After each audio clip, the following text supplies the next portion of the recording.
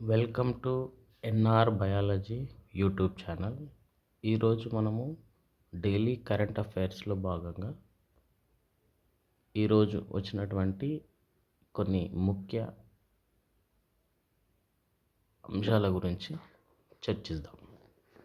ముందుగా రోడ్డు ప్రమాదాల నివారణకు V2V సాంకేతిక పరిజ్ఞానం, కార్లలో వైర్లెస్ వ్యవస్థను తీసుకురానున్నట్టు కేంద్ర రవాణా శాఖ మంత్రి నితిన్ గడ్కరీ గారు వెల్లడించారు.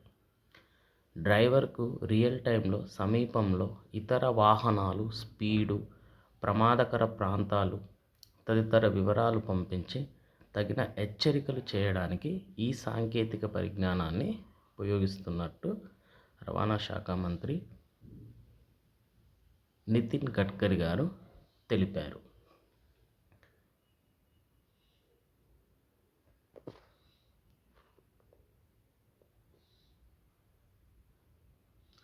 ప్రముఖ పర్యావరణవేత్త మాధవ్ గాడ్గిల్ కన్నుమూత.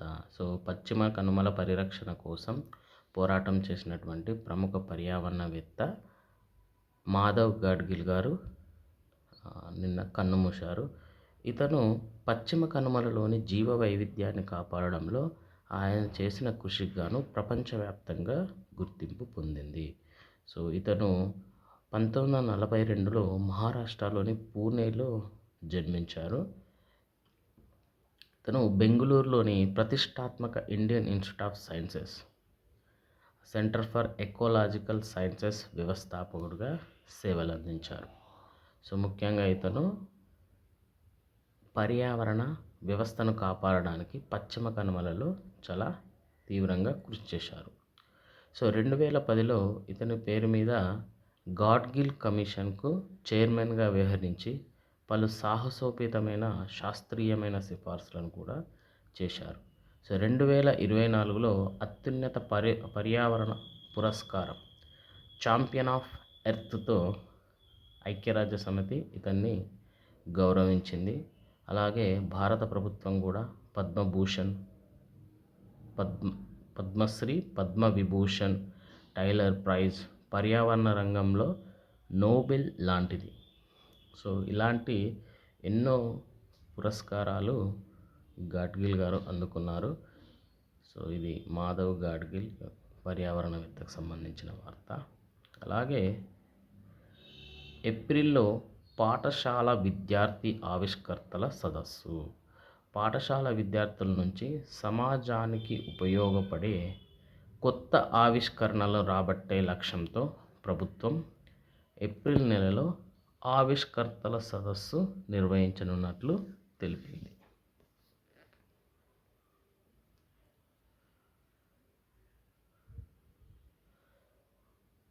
గత 7 రోజుల నుంచి జరుగుతున్నటువంటి పుస్తకాల వేదిక పైన ఆర్వి రామారావు రాసిన శతవసంతాల అరుణపథంను, డాక్టర్ దేవరాజు మహారాజు రాసినటువంటి మానవ చరిత్ర ఎక్కడ ప్రారంభమైంది, వీటిని సైన్స్కు దేశంలో గడ్డుకాలం పుస్తకాలను నికోలై ఇనవోవ్ రాసిన కార్ల్ మార్క్స్ జీవిత సంగ్రహంను నుంచి ఆవిష్కరించారు.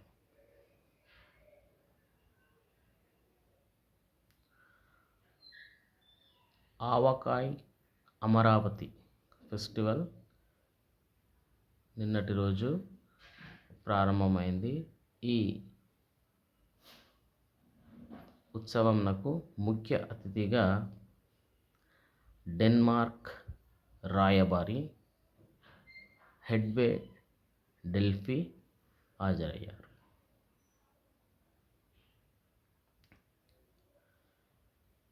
శ్రీలంక బ్యాటింగ్ కోచ్గా రాథోడ్ నియమితుడయ్యాడు. భారత మాజీ ఆటగాడు విక్రమ్ రాథోడ్ శ్రీలంక క్రికెట్ జట్టుకు తాత్కాలిక బ్యాటింగ్ కోచ్గా నియమితులయ్యారు. జగ్గన్నపేట తోట ప్రబల తీర్థంని రాష్ట్ర పండుగగా నిర్వహించనున్నట్టు మంత్రి దుర్గేష్ సృజనాత్మకత కార్పొరేషన్ చైర్పర్సన్ తేజస్విని గారు వెల్లడించారు. జగ్గన్న తోట ప్రబల తీర్థం అనేది సంక్రాంతి పండుగలో భాగంగా 3వ రోజైనటువంటి కనుమ రోజు జరిగే గొప్ప తీర్థం. పేద బ్రాహ్మణులకు త్వరలో గరుడ మంత్రి సవితా గారు వెల్లడించారు. రాష్ట్రంలోని పేద బ్రాహ్మణ కుటుంబాలకు భరోసా ఇచ్చే గరుడ పథకాన్ని త్వరలో అమల్లోకి తీసుకురాబోతున్నట్లు మంత్రి సవితా గారు తెలిపారు.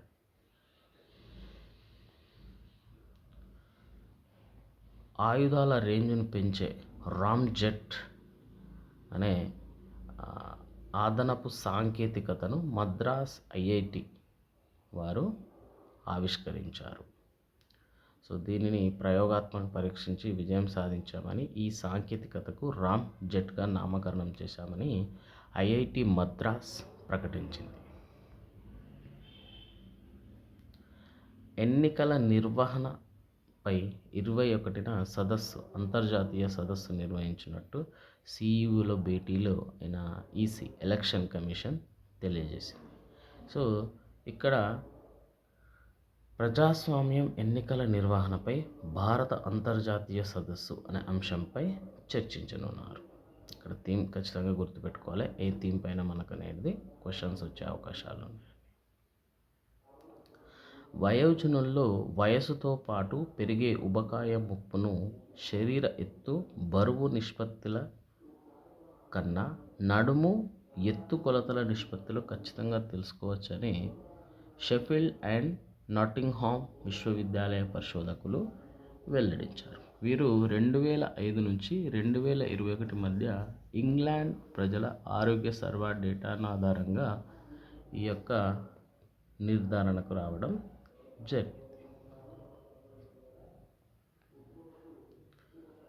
సో అస్సాంలో కొత్త పంట చేతికొచ్చే సందర్భంగా నూతన సంవత్సరం ఆరంభ నేపథ్యంలో జరగనున్న మాఘ బిహు పండుగ, మనకు పండుగలు సంస్కృతులలో భాగంగా బిహు పండుగ ఏ రాష్ట్రానికి సంబంధించింది అనే క్వశ్చన్స్ అడగడం జరుగుతుంది.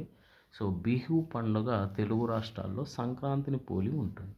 ఇది అస్సాం రాష్ట్రంలో జరిగే అతిపెద్ద పండుగ.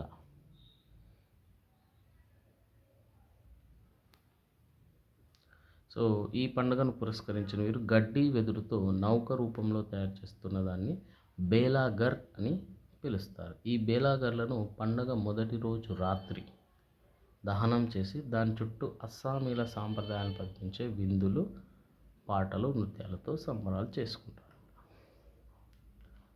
సో నెక్స్ట్, ఒక ఛార్జింగ్తో 810 కిలోమీటర్ల ప్రయాణించవచ్చు అని వోల్వో విద్యుత్ ఎస్యూవి EX60 కారును రూపొందించడం జరిగింది. సో నెక్స్ట్, ఆధార్పై అవగాహన కోసం మస్కట్ ఉదయ్, అంటే ప్రజలకు ఆధార్ పైన మరింత సులభంగా అవగాహన కలిగించేలా ఉదయ్ అనే పేరుతో మస్కట్ను భారత విశిష్ట గుర్తింపు ప్రాధికార సంస్థ తీసుకొచ్చింది. దీనికి గాను పోటీ కూడా నిర్వహించడం జరిగింది. ఈ పోటీలో మొత్తం 875 ఎంట్రీలు వచ్చాయి. దాంట్లో మస్కట్ డిజైన్లో పోటీలో కేరళలోని త్రిశూర్కు చెందిన అరుణ్ గోకుల్ మొదటి బహుమతి గెలుచుకున్నారు. పూణేకి చెందిన ఇంద్రిస్ దవేవాలాకు 2వ స్థానం రావడం జరిగింది. సో గాజీపూర్కు చెందిన కృష్ణ శర్మకు 3వ స్థానం లభించింది. బలపడిన వాయుగుండం తుఫానుగా మారే అవకాశం ఉంది. నైరుతి బంగాళాఖాతంలోని వాయుగుండం తీవ్రంగా బలపడినట్టు భారత వాతావరణ విభాగం తెలిపింది. సో దీనికి ఒకవేళ తుఫానుగా రూపాంతరం చెందితే ఓర్నబ్గా నామకరణం చేయనున్నారు. సో ఇది కూడా చాలా ఇంపార్టెంట్ అండి. తుఫానుకు ఎవరు పేరు పెట్టారు అనేది అడుగుతారు. సో మనకు ముఖ్యంగా తీర ప్రాంత దేశాలైనటువంటి బంగ్లాదేశ్, శ్రీలంక, భారతదేశం, మయన్మార్, ఇండోనేషియా, సో ఇలా బే ఆఫ్ బెంగాల్కి సంబంధించిన దేశాలు ఒక్కొక్కసారి ఒకటి పేరుని పెట్టడం జరుగుతుంది. ఇప్పుడు ప్రస్తుతం ఓర్నబ్గా నామకరణం చేసింది మాత్రం బంగ్లాదేశ్. దీనికి అర్థం ఒక్కోసారి మనకు ఆ తుఫాన్ అర్థం కూడా అడగడం జరుగుతుంది. ఓర్నబ్ అనగా సముద్రం అని అర్థం.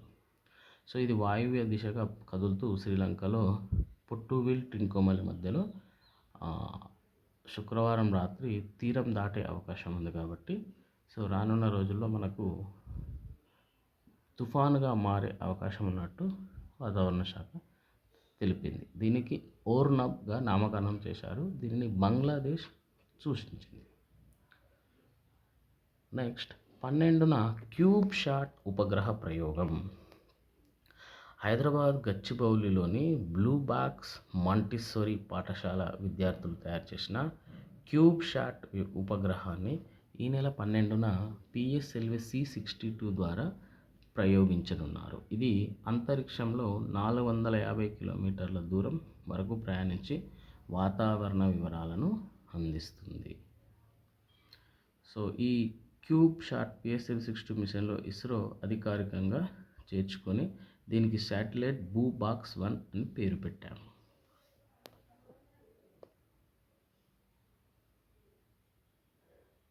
So next central silk board డైరెక్టర్గా ఐఏఎస్ అధికారి గిరీషాను నియమించినట్లు ప్రభుత్వం ఉత్తర్వులు జారీ చేసింది. సో ఇది మనం గర్భస్రావంపై తుది నిర్ణయం మహిళలదే. గర్భస్రావం చేయించుకోదలిచిన మహిళలను వద్దని ఒత్తిడి చేయడం, ఆమె శరీరం మీద దాడి చేయడం అనేది ఇది తీవ్ర మానసిక వేదనకు గురవుతుందని ఢిల్లీ హైకోర్టు న్యాయమూర్తి జస్టిస్ నీనా బన్సల్ కృష్ణ గారు వెల్లడించారు. అవయవ దానాల్లో తెలంగాణ ముందంజ. అవయవ దానాల్లో తెలంగాణ ముందంజలో నిలిచినట్లు జనాభా నిష్పత్తి ప్రాధికరణ దేశంలోనే అత్యధిక అవయవ మార్పిడిలు జరిగిన రాష్ట్రంగా తెలంగాణ గుర్తించబడింది. రాష్ట్రంలో సైలో పద్ధతిలో పంట ఉత్పత్తుల నిల్వ. సో తెలంగాణ రాష్ట్రంలో సైలో పద్ధతిలో పంటను 2 ఏళ్ల వరకు సురక్షితంగా నిల్వ చేసుకునే అవకాశం ఉందని మంత్రి ఉత్తమ్ కుమార్ రెడ్డి గారు తెలిపారు.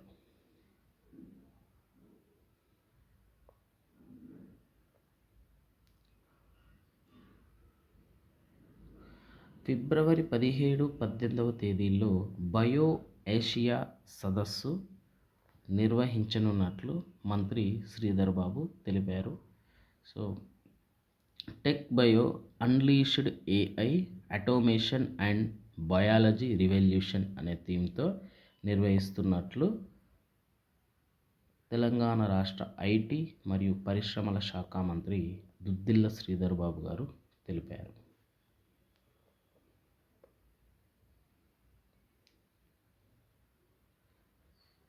ఇది ఈ రోజుకు సంబంధించిన కరెంట్ అఫైర్స్ వార్తలు. Please download NR Biology app from Play Store and also subscribe NR Biology YouTube channel. ఈ కరెంట్ అఫైర్స్కి సంబంధించిన టెస్టులు NR Biology యాప్లో నిర్వహించడం జరుగుతుంది. ఈ వీడియోని మీరు పూర్తిగా విన్న తర్వాత టెస్ట్ రాయండి, మీకు ఖచ్చితంగా మంచి మార్కులు రావడం జరుగుతుంది. అలాగే బయోసైన్స్ సంబంధించిన కంటెంట్ పూర్తి కోర్సును కూడా మనం ఆంధ్రప్రదేశ్ తెలంగాణలో అందించడం జరుగుతుంది. ఇంకా ఎవరైనా NR Biology యాప్ను డౌన్లోడ్ చేయకుంటే డౌన్లోడ్ చేయండి. వాటి యొక్క లింక్ను డిస్క్రిప్షన్లో ఇవ్వడం జరుగుతుంది. So thank you for watching this video and please subscribe and share to your friends.